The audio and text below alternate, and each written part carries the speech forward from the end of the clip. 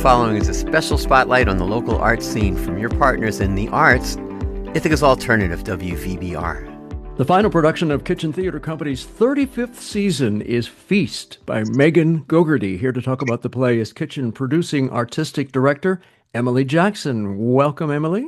Hi, Greg. The play takes the epic poem Beowulf as its starting place, and it looks at it from a unique perspective. How does Feast bring the Beowulf story into the world in which we live? You know, Beowulf is such an epic poem and one that many people study in 10th grade English class or thereabouts, and some scholars many years thereafter. But this play uses it as a reference point to really explore femininity, rage, motherhood. And, you know, we always say the story is told by the victors, and the poem certainly lends itself to that version. And this play lends itself to another version of hero and victor. So it's a wonderful reference, but it deepens the play, but this play is so much more than Beowulf.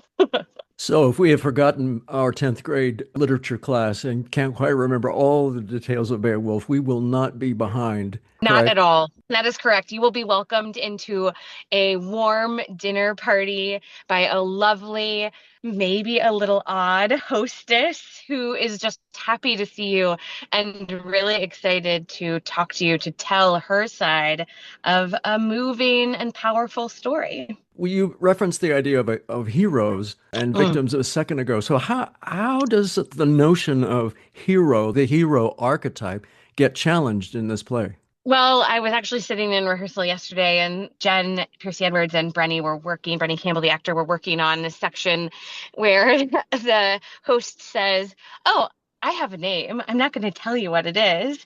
I read the poem, but, you know, that poem left some really important things out, like my whole narrative. I don't have a name in that poem, but I have a name here." So it's really sort of pointing us toward the way that whoever's telling the story gets to say who's important, who's not important.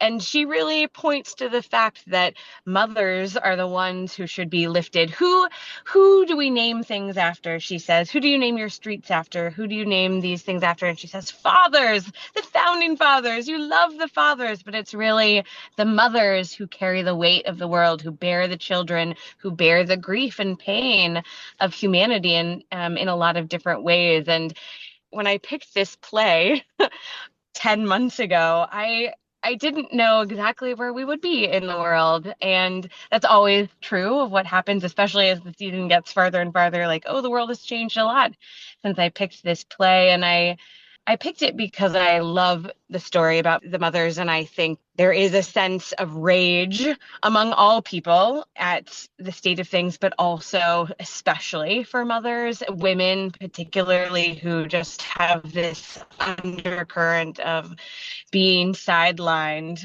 for all of history. And that is what this person is sharing with us. She is a 5th century creature, but she has reincarnated herself to be here presently with us in modern times.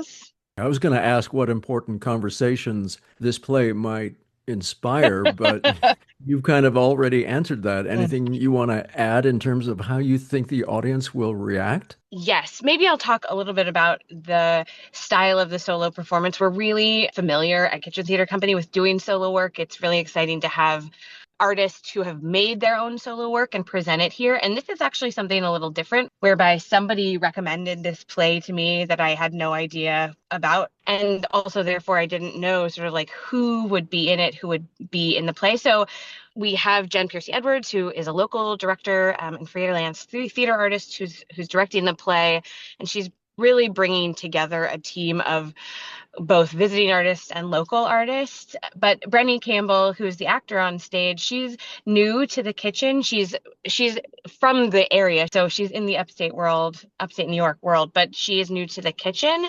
And it's very interesting and different to be working on a solo play when you're not the originating artist. Like the playwright, for instance, did this play first. She wrote it for herself to do, but it has had many actually, productions over the last 18 months, and other people have been taking on the role, which is just a very dynamic thing in the trajectory of a solo play particularly. And so that this piece is so wholly story driven as opposed to artist driven is something different. Also, what I will say is, like many solo performance pieces, this play is right there with you. This actor is talking to you.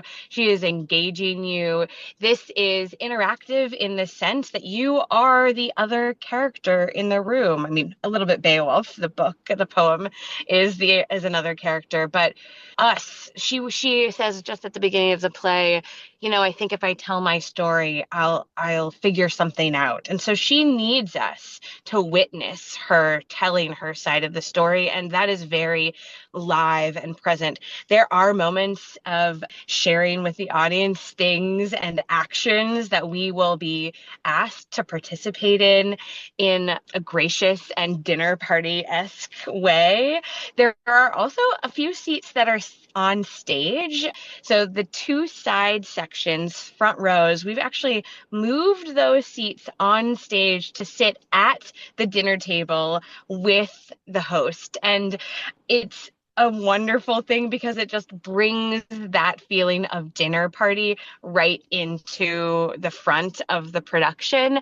And those people, those audience members, those brave souls who will join us on stage won't be asked to do really anything but be present with the host, which is what we are all asked to do when we join in seeing a theater piece, and especially a solo theater piece. As you look back on the 35th season of Kitchen Theater Company, and as you look ahead to the 36th, what thoughts do you have, Emily? Oh, gosh, I got emotional just hearing those words. I think it has been such a wonderful season. It has been a moving season of theater, great pieces on stage, wonderful artists, and work that has really brought an audience in and along with us on this wonderful ride.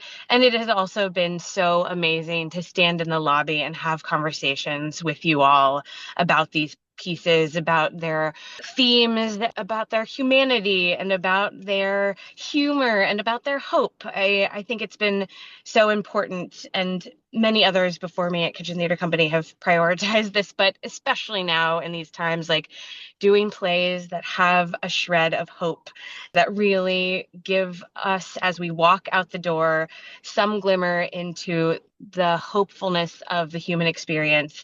Maybe moving, maybe challenging, but also we're going to walk out of the door feeling galvanized, moved to action in some cases. And that is what I hope will happen at Feast, particularly, that we will witness this woman's journey, this mother's story, and that we will take up the mantle, as it were, to go out and fight the good fight for justice and carry that into our community.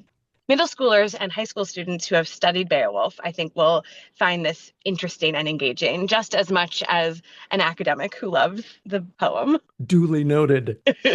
Feast at Kitchen Theater Company begins previews on Wednesday, May 6th and Thursday, May 7th. The play opens Friday, May 8th and runs Wednesdays through Sundays until May 24th. Evening start time is 7 o'clock. Matinee start time is 2 o'clock. The play runs 90 minutes without an intermission. Masks are optional but welcome in the theater. The show is recommended for audiences aged 12 and up. Tickets available at kitchentheater.org or by calling 607-272-0570. Emily Jackson, thanks for talking about Kitchen Theater Company's production of Feast and every production this season in the 35th year of the existence of the Kitchen Theater. Thank you, Greg. Thank you so much. See you soon. Yay.